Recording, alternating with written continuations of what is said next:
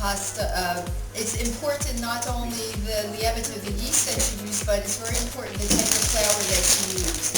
And she recommends to use flour zero, or in America it's called Manitoba flour in America. Belly recommends to use flour that is 00 or 00 to use sweets, cakes, cookies. But to make pizza, it's better to use the flour that is zero, or in America they call Manitoba flour. But it's also important to read on the package of the zero flour the humidity level, which on this package she showed me is 0.15%.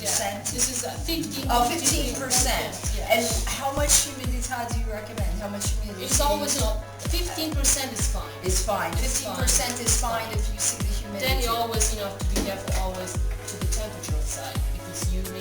So the humidity outside also affects the way that your pizza will come out or your bread will come out.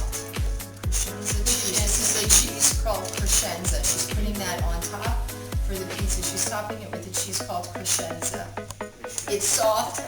It's harder than a cream cheese, but it's softer than a normal cheese. It's a little bit like a yogurt cheese, she said. Stracchino is a little bit like a yogurt cheese. The difference between this and mozzarella is that with Crescenzo, when this melts, it will melt inside the actual pasta, the dough.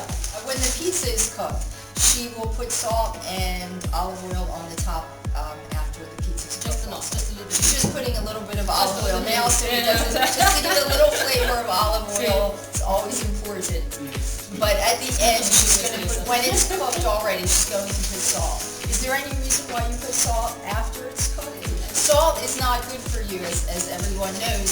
So what Valia just explained is that she uses the salt at the end after it's cooked, because if you use it before it's cooked, it melts and it disperses into the pizza dough.